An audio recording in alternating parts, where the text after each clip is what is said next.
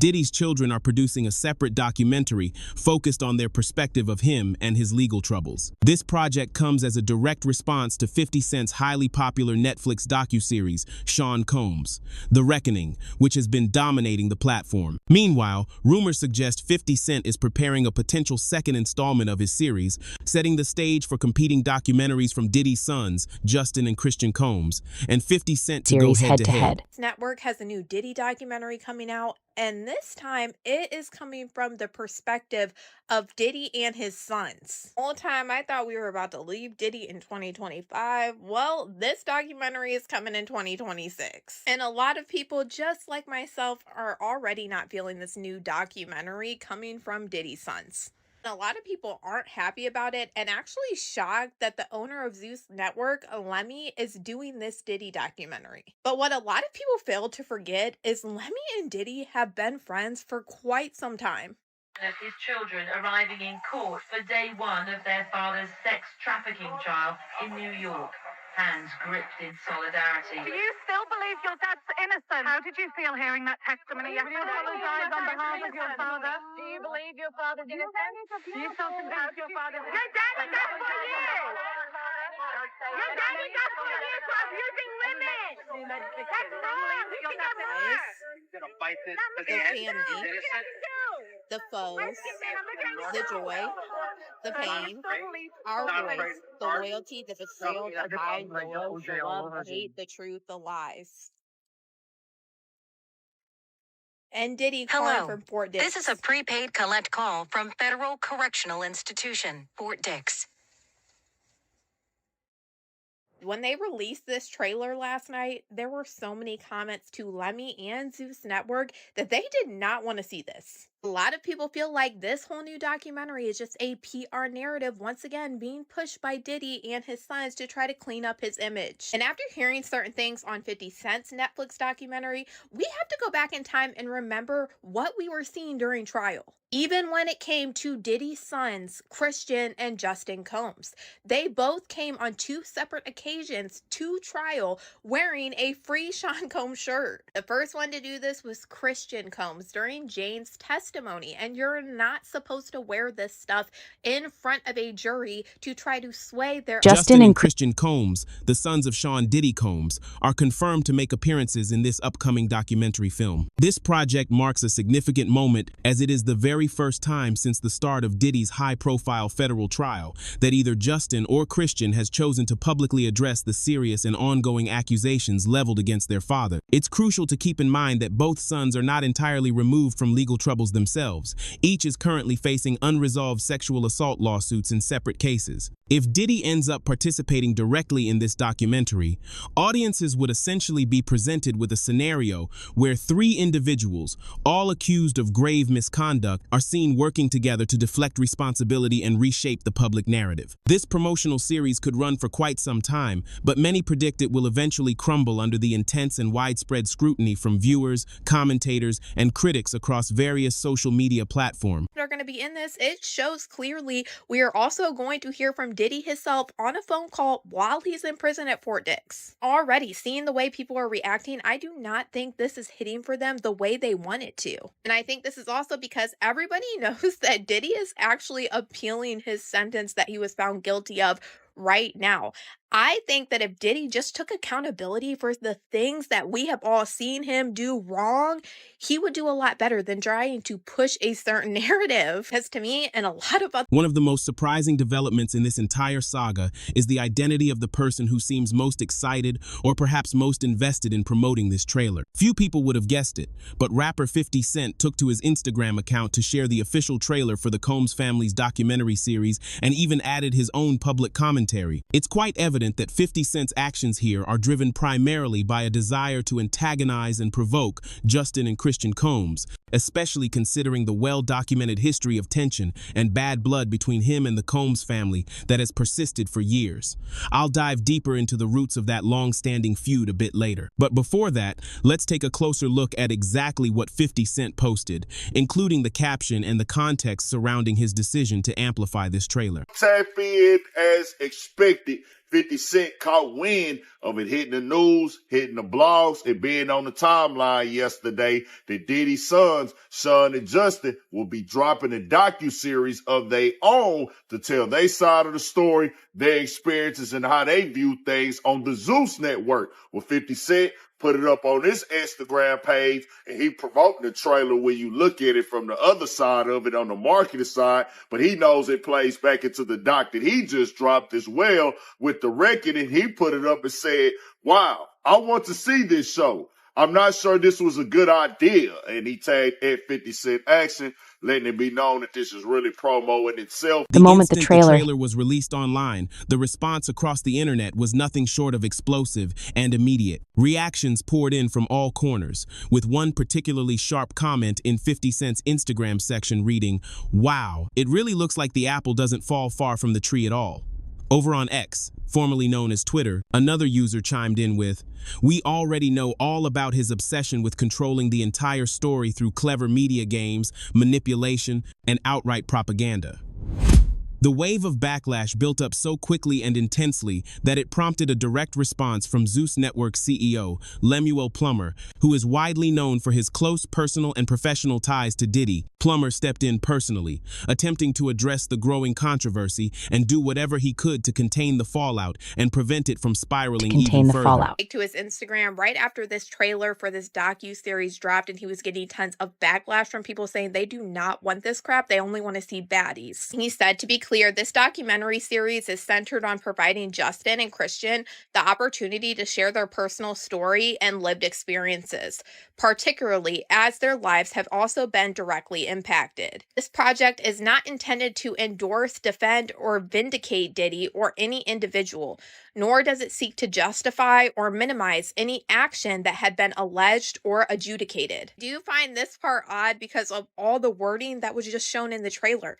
The lies, the truth, the foes. Anyways, as a network, we believe it's important for allowing individuals to speak for themselves just as any credible network entering the documentary space does. Our role is to provide a platform for the stories to be told honestly and without prejudgment.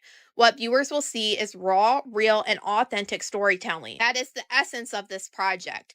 We respectfully ask that the series not be prejudged before it's seen. Everyone will have the opportunity to watch, assess the content, and arrive at their own conclusion. At its core, this documentary project is unmistakably designed to serve as a form of damage control amid the storm of allegations. And importantly, this is by no means the first time Diddy has attempted to influence and steer public perception in his favor during times of crisis. The primary objective here appears to be diverting as much attention as possible away from 50 Cent's competing documentary series and the serious allegations that continue to dominate conversations. Reports suggest that even while his federal trial was actively underway, Diddy was behind the scenes coordinating closely with his sons Justin and Christian to carefully polish and rehabilitate his tarnished public image, while simultaneously working to reframe the overall story in a way that casts him in a more sympathetic or exonerating light. Prosecutors allege Combs frequently instructs family members and his attorneys to add other individuals via three-way call, which is not allowed. On some of those calls, prosecutors say Combs is explicit about his intention to use public statements to sway potential jurors, including this Instagram post by Diddy's kids. Happy birthday to Daddy. Prosecutors say Combs enlisted family members to plan and execute a social media campaign around the defendant's birthday, the first time we heard his voice from behind bars. Thank y'all for being strong and thank y'all for being by my side and supporting me. I love y'all. I got the best family in the world. Prosecutors say Combs then monitored audience engagement from the video. If the judge, in fact, feels as though Diddy is trying to circumvent the rules of the prison and he's doing things outside of what he's allowed to do, that's going to carry a lot of weight when we talk about being released on bail, because what they're trusting is that you will abide by the rules that allow you to be out. People really being paid to rally support for Diddy outside of his trial? Because that is what many are now alleging, as people have been standing across the street from the courthouse in free Puff and free Diddy shirts. For example, journalist and content creator Emily Hagan posting a TikTok of this group of people in matching shirts that also then included this interaction. These are all paid protesters. You can get $20 an hour if you wear a t-shirt. Speak up. She just got recruited, right? You said no. It wasn't worth the 20? No, but like he told me that it's for a Diddy coin, so I'm not really sure what that is. Well, the lady right there, she just kept convincing me to go wear a shirt, and I'm like, I'm good. And while that TikTok was initially posted around 5 days ago, it's now gotten a lot more traction as people like 50 Cent, who famously not a big Diddy fan, has started posting about it and trolling Diddy by posting seemingly edited images of him in the shirts and writing things like, okay, now where do I send my $20 invoice, guys? The specific timing chosen for the release of this trailer has certainly raised a lot of eyebrows and sparked speculation among observers. This drop comes at a particularly sensitive moment, just as Diddy has officially moved forward with filing an appeal against his recent convictions. According to the latest court filings that have recently come to light, Diddy is formally requesting that a federal judge completely throw out his convictions under the Mann Act, along with the accompanying 50-month prison sentence. If that full reversal isn't granted, he is at the very least asking for a substantial reduction in the sentence length, coupled with the possibility of an early release from custody. In coverage, Sean Diddy Combs seeking an immediate release from prison. This week, his attorneys urging a federal appeals court in New York to reverse his conviction on prostitution-related charges or direct the judge to lighten his 4-year sentence. The National News Desk, Jeff Harris, joining us. Diddy's lawyers, Jeff, officially filing that appeal this week. Tell us more about their argument and also the chances it succeeds. What are you hearing? So Diddy is currently serving that 50-month prison sentence after being found guilty on those prostitution-related charges over the summer. In their appeal filing, his lawyers now arguing the music mogul was treated harshly during sentencing by a federal judge who let evidence surrounding charges that he was actually found not guilty of actually then influence his punishment. This week, lawyers for music mogul Sean Diddy Combs urging a federal appeals court in New York to either order his immediate release and reverse his conviction or lighten his over 4-year prison sentence. This appeal was expected, especially when the defense filed a motion for a new trial and a notice of appeal. And the arguments are attacking the conviction itself. Arguably, the darkest and most unsettling element of this entire situation is the direct and inextricable link between Justin and Christian's own actions and the broader allegations surrounding their father, Diddy. The idea of watching two young men who are themselves facing serious accusations come together on screen to collectively reframe and humanize a third figure who has already been convicted feels profoundly absurd and tone-deaf to many. A number of commentators and industry insiders have pointed out that the Suns may be aggressively pushing this particular narrative forward, precisely because they are personally tied to the same alleged patterns of wrongdoing and criminal behavior that have been connected to their father's cases. 50 is a diabolical nigga, man. You know what 50 basically just did? He just teased the sequel. He's like, yo, at first it was the Pops.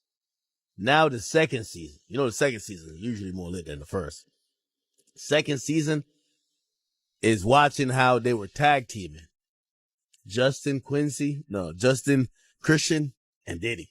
Diddy's son, Christian King Combs, didn't hold back in his reaction to 50 Cent's competing documentary series. He took to X, Twitter, and posted a heated message saying, "I'm my dad. If I ever run into 50 Cent, I'll smack the hell out of him." Although that tweet was deleted shortly after it went live, 50 Cent's witty and cutting response remained visible for all to see. "Little bro, start by shutting your mouth when you pose for photos." 50 then went on to boast about his own diverse empire, noting, "I've made money 3 different times from music, from touring, from liquor, from business." Turning to the allegations, producer Rodney Lil Rod Jones's explosive civil lawsuit against Diddy paints a disturbing picture of Justin Combs' involvement. It claims Justin was a regular fixture at Diddy's notorious freak-off parties and actively assisted in recruiting underage girls. Supporting photos from these events have surfaced publicly, with multiple sources alleging that many of the minors in attendance were specifically brought in through Justin's direct connections and efforts. The lawsuit further details claims that Diddy, along with others, sexually assaulted victims at these gatherings, sometimes forcing them into encounters with prostitutes while he watched and often recorded the event sessions he reportedly dubbed freak-offs. Lil Rod's comprehensive February filing explicitly calls out Justin Combs as an individual who routinely solicited prostitutes, underage girls, and sex workers. One key piece of evidence included is a photograph showing Justin alongside an allegedly underage girl. The suit recounts a particular incident during a home listening party where at least one underage girl and a sex worker were present, ultimately leading to another freak-off session. Remarkably, this is the same night Lil Rod alleges Diddy forced him to consume a spiked drink, causing him to feel lightheaded before waking up hours later, naked and disoriented next to a sex worker. Justin is formally named as a defendant in this case for allegedly helping facilitate what Lil Rod describes as Diddy's RICO enterprise. Christian King Combs isn't entirely removed from legal jeopardy either. In a separate recent lawsuit filed by 26-year-old former flight attendant Grace O'Marcaigh, Christian is accused of groping her, sexually harassing her, and drugging her drink during a lavish yacht party hosted by Diddy in 2022. He was 25 years old at the time. She believed that the trip would be a, quote, wholesome family excursion, but says it, quote, turned into a hedonistic environment, even describing rampant drug use among sex workers and celebrities who came on board. She believes that the alcohol on the yacht had been laced with drugs because she says women would have one drink and then almost immediately pass out or start falling over. This is, by the way, something that it was also alleged in Jones's lawsuit, that Combs would spike the drinks of different people. But focusing on Christian Combs, O'Marcaigh says that Christian Combs had been staying at a villa on the shore, but that he would come onto the yacht in the evening to party. And on December 28, 2022, Christian reportedly arrived very intoxicated and then proceeded to pressure O'Marcaigh to take shots of tequila. She did. Christian allegedly tried to get her to drink more in the yacht's makeshift studio.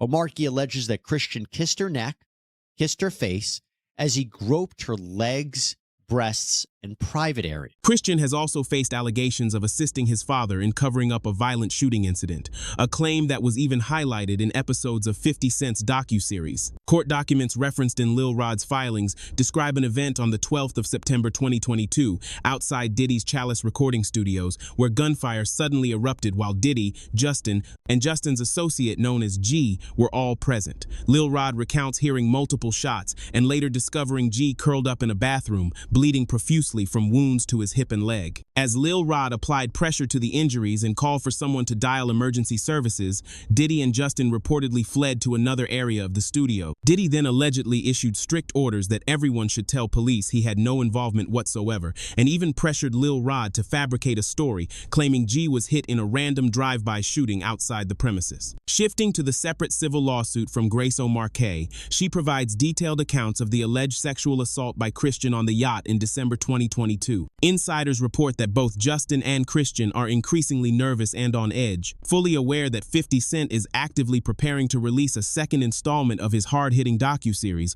one that could potentially drag their names even deeper into the spotlight. This underlying fear seems to be the main motivator pushing them to launch their own documentary first, allowing them to get ahead of the narrative and proactively reshape public perception. Rather than sitting back and risking further exposure in 50's upcoming project, they're choosing to speak out now on their own terms, strategically positioning themselves as victims or misunderstood figures instead of waiting to be portrayed as accused parties. Because what do you mean 50 Cent got 140 more hours of Diddy just recording himself doing all this crazy stuff on camera?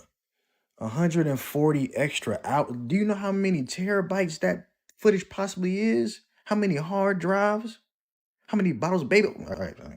You telling me we got the whole 4-part series documentary and that was just, what, a nickel of what he has just sitting? Like, 50 is going to use this to just crush this man. I don't even know what to say about this. I'm still stuck on Buddy, the producer, that kept waking up every single day, still there with his butt on soul. Like, bro woke up every single day like, ouch, brother. Shit is about to hit the fan. After what 50 just came across in that secret little Diddy footage that he paid from the videographer that Diddy didn't pay, they are saying 50 has footage that will not only add more time to Diddy's sentence, but Diddy might not ever come out. Listen up. Check this out.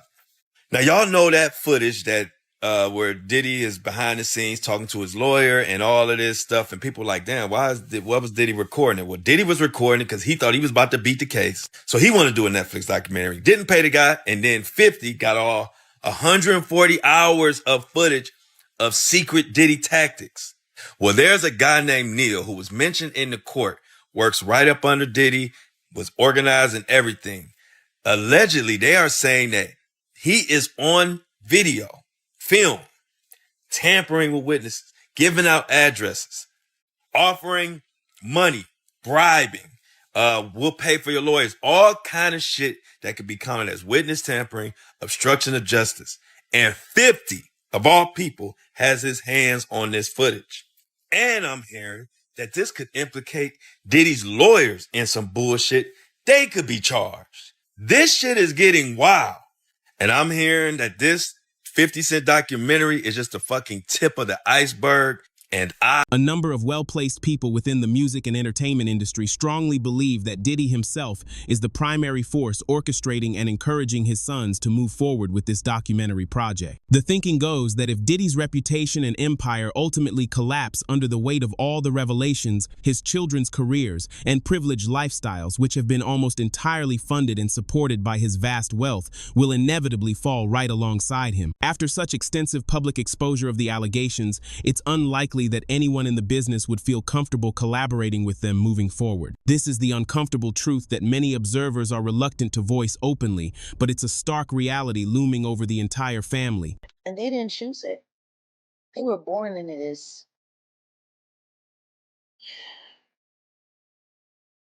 I don't think anybody's paying attention to that. The choice that they got. If that man calls and say, I need you to do this, I need you to do that, what else are they going to do? They gotta bet on him.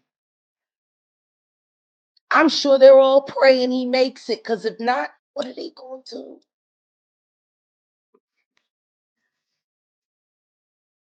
And they definitely can't count on Grandma Janice.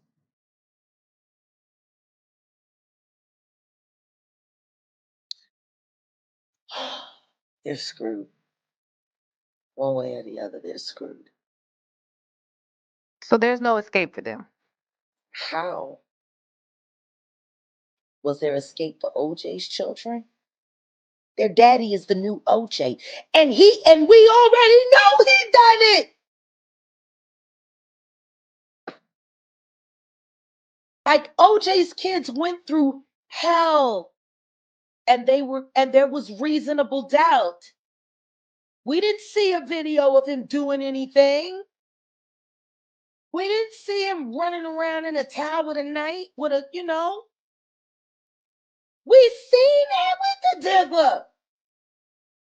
Perhaps the last and most deeply disturbing theory circulating involves Diddy's personal relationships and dynamics within his immediate family circle. Freddie P., a former artist signed to Diddy's Bad Boy Records who collaborated closely with him for years, has come forward with claims that he personally witnessed highly troubling and inappropriate behavior directed by Diddy toward his adopted stepson, Quincy Combs. According to Freddie P.'s statements, this alleged grooming behavior began when Quincy was still very young and continued over time, raising serious questions about boundaries and conduct inside the household. Like, why were you so infatuated with a child that wasn't yours? Were you grooming that little boy? I don't even want to start those conversations because that's not your child. You know what I'm saying? And for you to keep him that close, it's like you kept him that close because he might got your secrets because he's not your child. So if he's not your child and you that type of person with that type of character, you don't mind actually doing it to him when he finally reaches a certain age because he's not yours. And you know in your mind he's not yours. And now you keep him real close to you. You make sure he don't go to his daddy. Why? You make sure he's separated with him and you provide him with everything he wants. Why? You got one of them little Michael Jackson secrets. He got one of them secrets that he can't tell nobody because his legacy, his manhood gonna be, and not only that, his brother no gonna look at him crazy. Only Puffy know, only God and talking about Puffy. Quincy, right? I don't know.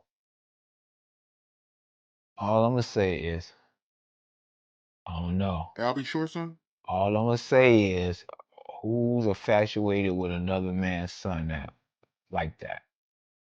Like that seemed like grooming to me. When you strip it down, this so-called documentary is essentially just another strategic tool in Diddy's arsenal for controlling the ongoing story and buying himself valuable time amid the legal battles. It's far less about genuinely exposing facts or seeking truth, and far more about expert-level fallout management and public relations spin. Every carefully selected shot, every scripted line of dialogue, and every hand-picked interview segment is deliberately crafted to redirect attention away from the core allegations. This isn't even the first aggressive pushback against 50 Cent's rival docuseries. Diddy's legal representatives have already issued formal cease and desist letters and are now escalating with threats of massive lawsuits against both 50 Cent personally and Netflix as the distributor, with claimed damages exceeding a staggering $1 billion. Diddy's legal team sent Netflix a cease and desist letter, but now the big rumor is that they're preparing a defamation lawsuit, potentially for $1 billion over the Sean Combs The Reckoning documentary. They're claiming it uses stolen and unauthorized footage to create a shameful hit piece and damages reputation. What is is there precedent? Because when it's a documentary, footage doesn't necessarily have to be approved if it's considered a news piece. And since you didn't watch it, Ebro, there's one piece. I watched some of it. Where, there's very intimate footage of Diddy with his lawyers. But in the documentary, it also talks about how he hired a young person to film him for X amount of hours, a lot, and didn't pay him. So if 50 comes along and is like, I will pay you for this footage. Well, unless that's the biggest congrats, by the way. Well, depending on what the documentation is between that, that person and Diddy. Yeah. Right. If that documentation says that this footage is yours, if I am paid. If I am not paid, the footage is mine. Well, no, but I think the default would be it's his.